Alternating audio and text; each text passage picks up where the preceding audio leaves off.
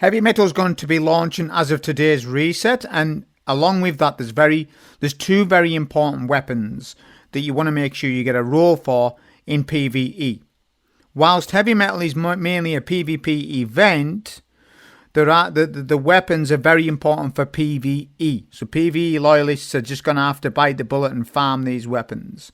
But this is going to give you a heads up on what rolls you want for these two weapons, right?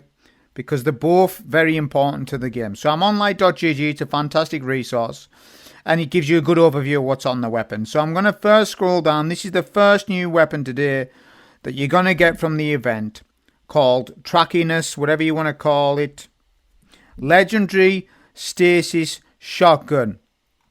Rapid Fire Slug. It is a new archetype of shotgun. So it's a rapid fire frame slug. Okay, that's the type of shotgun that it is, and this is very valuable to the game. So let's just scroll down to the perks.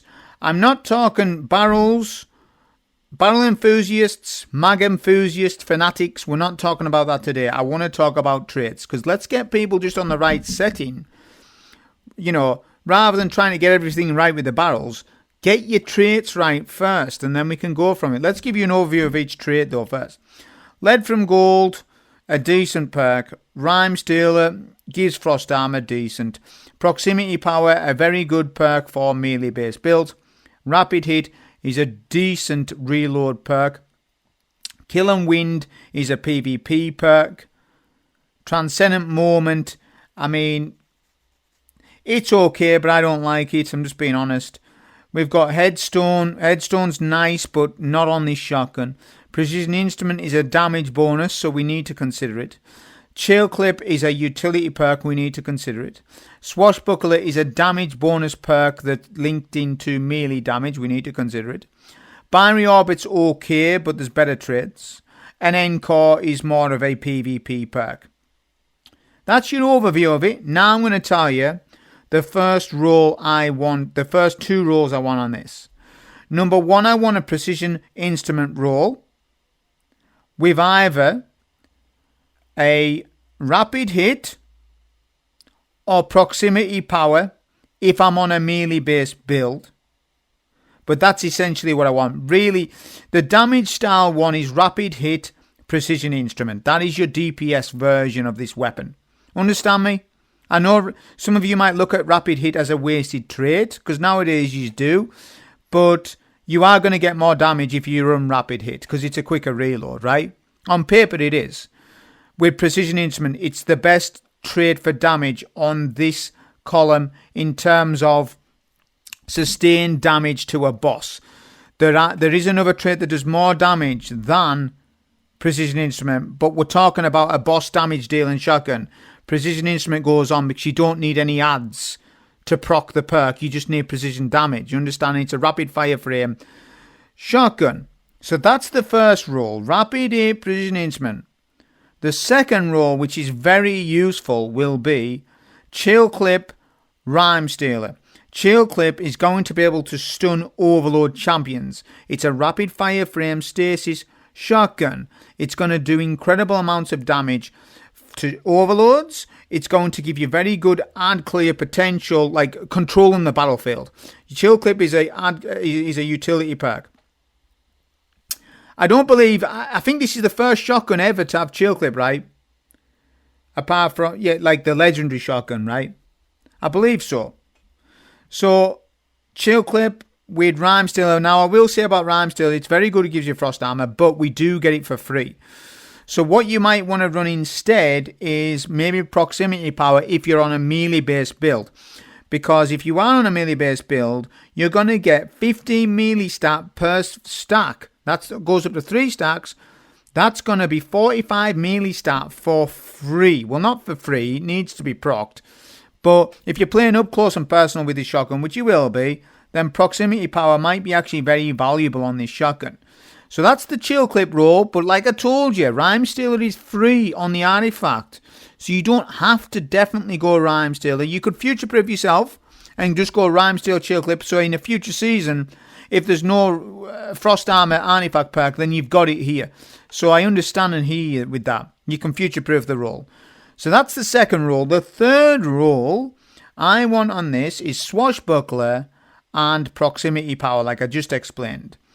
Swashbuckler gives a 33.3% damage bonus at max stacks, and you would immediately get that 33% on a melee kill. So if you're on a melee based build, which is very popular at the moment, swashbuckler proximity power is going to be a powerhouse of a weapon on this shotgun. So I've told you the three rules: a precision instrument roll, a chill clip roll, and a swashbuckler roll. Do not look for headstone on this shotgun. You are throwing if you do. Headstone's a primary trait, not a special trait. This is better suited to a primary weapon, not a shotgun. Okay, so you've had the shotgun. Remember, it's rapid fire stasis and it will proc frost armor via the artifact perks. Right, now we come down. It's none of these. It's none of these. It's on the next page. This is a very, very important weapon to the game. Science Seer. I don't know how you pronounce it. A legendary wave frame solar sword. It's wave frame, so it's the same as Aurora Dawn, that type of frame. But we don't care about the frame itself, it's more what it's got on it. So let's just go down to that, right? Again, I'm not talking all this stuff, what edge you run, what all Swordmaster's Guard and all that. I want to talk about the traits. Let's get people right with this sword. This sword has a lot of rolls. I'm looking for a sword to speedrun Portal with. Slammer is not getting the 10% Edge of Fate bonus, which has Eager Edge. This sword is a Edge of Fate weapon and will get 10% more damage plus score multiplier when you are leveling from 450 to 550. I'm looking for a speedrun sword. So the first sword I'm looking for is Eager Edge with either Sharp Harvest or Attrition Orbs. Okay, that's what I believe to be the most useful all-round sword for what I want to do. Now, there are variations. Let's just cover the traits. So proximity power, I've just told you how powerful this damn trait is. So yes, it's good. Relentless Strikes is very good and it allows your ammo to go further, but what I will say about that is when you're doing these portal activities, you don't need that much sword ammo. You don't need that much sword ammo. If you're in more difficult content, then alright, Relentless Strikes ups it. So Relentless Strikes is good. We know what it does, but I think there's maybe slightly better traits than this one, right? It depends what you're doing. Like I say, it really does. Attrition Orbs is very powerful in the game, and we've said this for multiple reasons.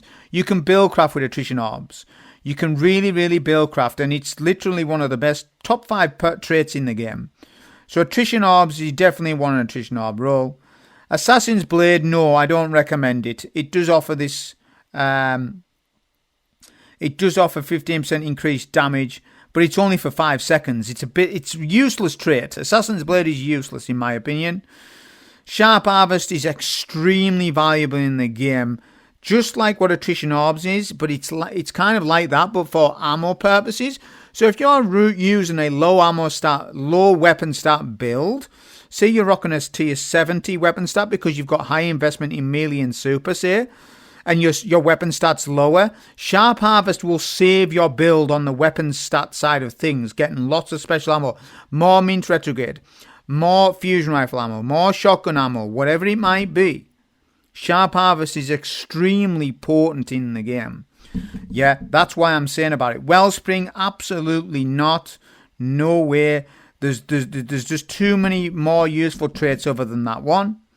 Surrounded is very niche, but you maybe want to keep a surrounded sword for the future on a future dungeon or raid that has you need a surrounded sword. But they are niche. They are niche. Alright? Just thought I would say it. Burning Ambition, very useful on this sword. It's going to stun unstoppable champions. It's going to be more of a utility sword. Imagine Burning Ambition with Attrition Orbs. For example, Orb Ignition, staying alive on a boss. Kind of like Lament. You know what I mean? And so we've got Binary Orbit. I've said I don't like Binary Orbit that much. Elemental Owning is extremely useful in the game. So if you want to do a bit more damage with the sword, if you're on prismatic builds, It's very important with that. Okay, so you're on a prismatic melee build, you could do procs power, elemental honing, that will go hard, that roll on this sword. And chain reaction. Chain reaction loyalists, please don't use this trait. You can use it, it's a free world, but I'm definitely not going to be searching for a chain reaction roll. No way, Jose, I'm not. Endgame loyalists will know that basically this is not it. You don't want to run an ad clear sword. You want to use either utility, damage, or speedrun sword. Not ad clear. Ad clear is on the pecking order of traits that you need off a sword. Ad clear is at the bottom. Your rest of your kit should do the ad clear for you. That's basically how I look at it. My philosophy on swords is completely different to yours, probably. If you're saying, I want chain reaction, I'm like, no, because that's for low-end content. Chain reaction caps out at master content, in my opinion, or base level GMs. When you go minus 40, minus 50, chain reaction to me is just not useful on a sword. It just is not. So yeah, let's just recap on this. Eager Edge roll with Sharp Harvest or Attrition Orbs is my speedrun portal sword. Number 2, I might want to run some sort of Burning Ambition Attrition Orb sword for my GM needs, like against unstoppable champions and such. I wanted to try an Elemental Honing sword with proximity power on prismatic melee builds, and I'll keep a surrounded sword, but I won't be using it. I'm just putting it in the vault for when I do need it at some point.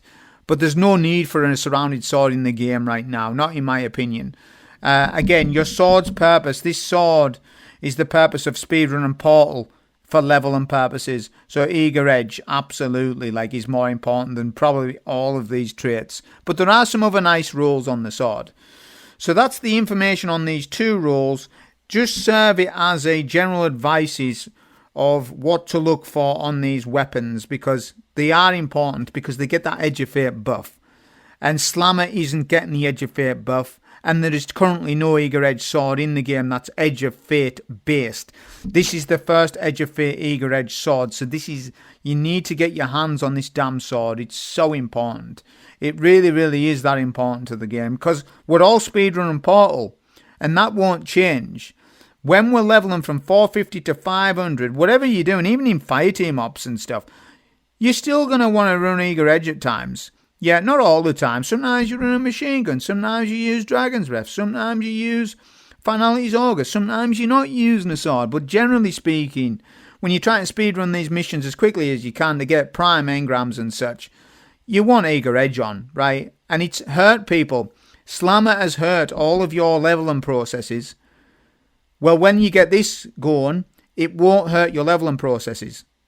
You won't lose portal score because Scienceer is an Edge of Fate weapon and you don't need to run Slammer. Understand me? That is the role advices. Hope you enjoyed. Thank you.